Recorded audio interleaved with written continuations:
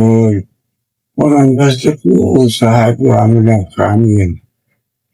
የምስጋና ጌታ የክብር ባለቤት አምላካችን ሆይ እናመሰግንሃለን፣ እናከብርሃለን፣ እናገኝሃለን።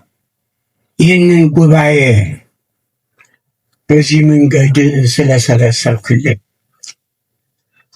በሰላም ጠብቅልን። የሰላም አምላክ ሀገራችን ኢትዮጵያን የሰላም፣ የፍቅር፣ የአንድነት አገር አድርግልን። ኢትዮጵያ እኛ አይደለንም እኮ እኛን ኢትዮጵያ ከክርስቶስ ልደት በፊት የነበሩት ፈላስፎቹ እንደነ ሆሜር ያሉት አቤት የእነሱን ያህል ፍቅር ቢኖረን ኑሮ የእነሱን ያህል ታሪክ ተራኪነት ብንሆን ኖሮ አቤት ኢትዮጵያ ምን ትሆን ነበረ። ነገር ግን አሁን ስለ እኒህ አባት ስለ መምህር ገብረ ኪዳን ለመተረክ ጊዜም ይሄ የተሰበሰበው ሕዝብ ቢተርክ ጊዜ የለው። ቅዱስ ጳውሎስ ስለ ጌዲዮንና ስለ ሶምሶን እንዳልተርክ ጊዜ የለኝም ነው ያለ።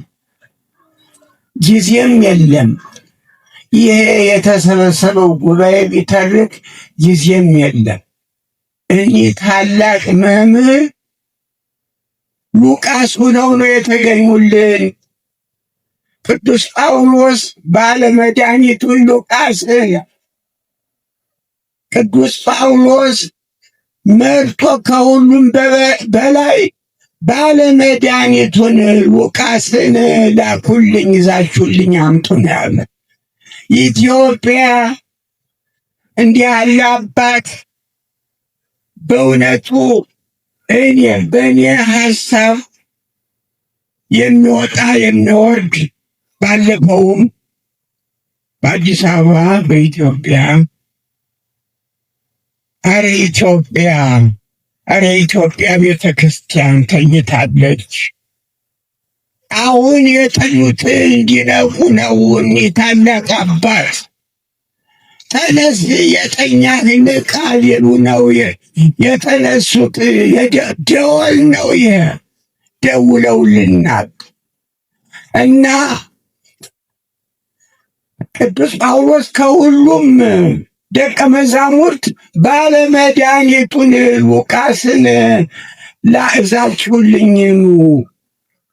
ስለዚህ የኢትዮጵያ ሕዝብ የታላቅ አባት የመሰረት ሆኖ ምልክት ሆኖ ተነስቷልና እሱን ተከትላ ቤተ ክርስቲያን በየአድባራቱ ያሉት ሁሉ በአዲስ አበባ ያሉት ሁሉ ይህን የመሰለ ስራ ቢሰሩ ወንጌል በስራ ተተረጎመ።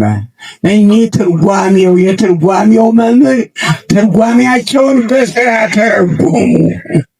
ስራ ተተረጎሙ። ዋሽንግተን ዲሲ ያለው ታላላቅ ሆስፒታል የቤተ ክርስቲያን ሆስፒታል ነው። እኔ አልናገርማ የማን ቤተ ክርስቲያን እንደሆነ፣ ግን ያ በዚያ ብቻ ስራውን አማኞችን እየመራ ነው። እኛ ስራ ከሌለን እንዲያው ቃል ብቻ ዋጋ የለውም። ይህ ታላቅ አባት ወንጌል ትርጓሜውን በስራ ላይ አውሏል። ታምሜ አልጠየቃችሁም የምናይ የሚለውን ቅድም አባታችን አስተምረው ተናግረው ታምሜ አልጠየቃችሁኝም የሚለውን በስራ ላይ አውለውታል። አሁንም የዛሬ እልል የምንልበት ቀን ነው የሰጠን። ከባህር ማዶ የመጡት ተስዓቱ ቅዱሳን ሃሌሉያ ሃሌሉያ እንዘ ትብል የበበት ኢትዮጵያ፣ ይህንን የዘመሩ እነዚያ ከባህር ማዶ የመጡት ወደ ኢትዮጵያ የመጡት ተስዓቱ ቅዱሳን ሃሌሉያ ሃሌሉያ እንዘትብል የበበት ኢትዮጵያ የበበት እልል በሉ። አሁንም እነሱ ካሉ እናንተም እልል በሉ። ኢትዮጵያ የአንድነት የፍቅር አገር መሆኗን አንድ ኢትዮጵያዊ ወይም አንድ አስተማሪ ወይም ምን አይደለው ሆሜር ኢትዮጵያውያን የአንድነት የሰላም ባህሩን ተንተርሳ የምትኖር ይላል። እናቴ ደስ ሲል ባህር ተንተርሳ የምትኖር ኢትዮጵያ። አሁን እኔ ይቅርታ አድርጉልኝ ለብፁዕ አባታችን ለገሌ አላልኩ ጊዜ ለመቆጠብ ብዬ ጎሽ ትላለች ይላል። እናትም ወንድምም ጥሩ ስንሰራ ነው ጎሽ የሚለን። አቶ ጎሹ ጎሽ ብለን አንሰራ።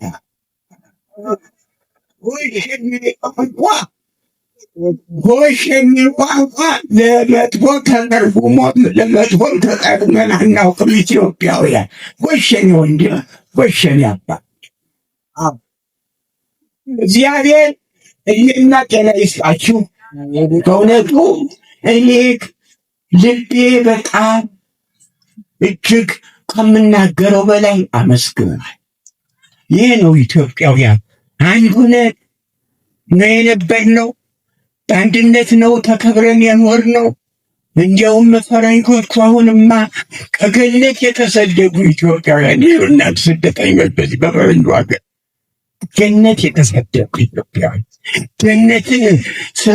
ገነትን አዳም ሲሰጠው ኮትኮታት እንጂ ተከባከባት ተኛባት አላለ። እኛ ግን ዝም ብለን እያከክንን ተኝተንባታል። ለምን? እንደዚህ እንደ ሊቁ እንደ ታላቁ አባት መምህር ገብረ ኪዳን እንደነሱ እንደሳቸው ተነስተን ሁላችንም ብንሰራ ኢትዮጵያ ገነት ናት፣ ሀገራችን ገነት ናት። እባካችሁ ከገነት የተሰደዱ ኢትዮጵያውያን ይሉላል፣ በስደት ያሉትን ኢትዮጵያ እባካችሁ ኢትዮጵያ ለሁሉም የምትበቃ በፍቅር ደግሞ ድል አድርገን የኖርን በአንድነት ድል አድርገን የኖርን ሁሉን ያሸነፍን አሸናፊ። ስለዚህ እግዚአብሔር ለእኒህ ታላቅ አባት አጨብጭቡልኝ። ከሌላይተ በዚያ በሉቃስ ወንጌል በወንበዴዎች እጅ ተደብድቦ የወደቀውን ሁሉም ገለል እያደረገ አይቶት አለፈ። አንዱ ግን ተነስቶ ዘይት አፍሶ ቀብቶ በአህያው ጭኖ ወደ ቤት ወሰደው ይላል። የትኛው ነው መልካም ያደረገ?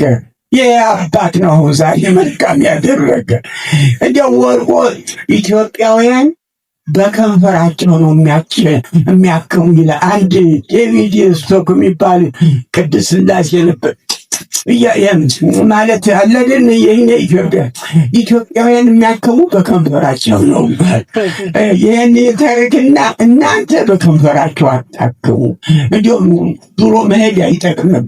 በስራ ላይ ቤተ ክርስቲያን ወንጌልን በስራ ላይ ጣውም አባታችን እናቴ መምህር ገብረ ኪዳን ወንጌልን በስራ ላይ ስላዋቡ ተሳቱ ቅዱሳን ዘማሪዎቹ እልል እንዳሉት እኛም እልል ብለናል። እግዚአብሔር ይህን እልልታ ለደስታ ፍጹም ደስታ ያድርግልን። በዓለም ያለ ኢትዮጵያውያን በዓለም ያሉ ሁሉም በ10 ወር በ10 ዓመት ሳይሆን በ5 ዓመት ወዲያው ዓመቱ ሳይደርስ ይጨርሱታል። በዓለም ያላችሁ አደራ ይህንን በ10 ዓመት ሳይሆን በ5 ዓመት ጨርሱት። የሰላም አምላክ ለሀገራችን ለኢትዮጵያ ሰላምን፣ አንድነት፣ ፍቅርን ይስጥልን። የሰላም አምላክ ሰላሙን ይላክልን። አሜን።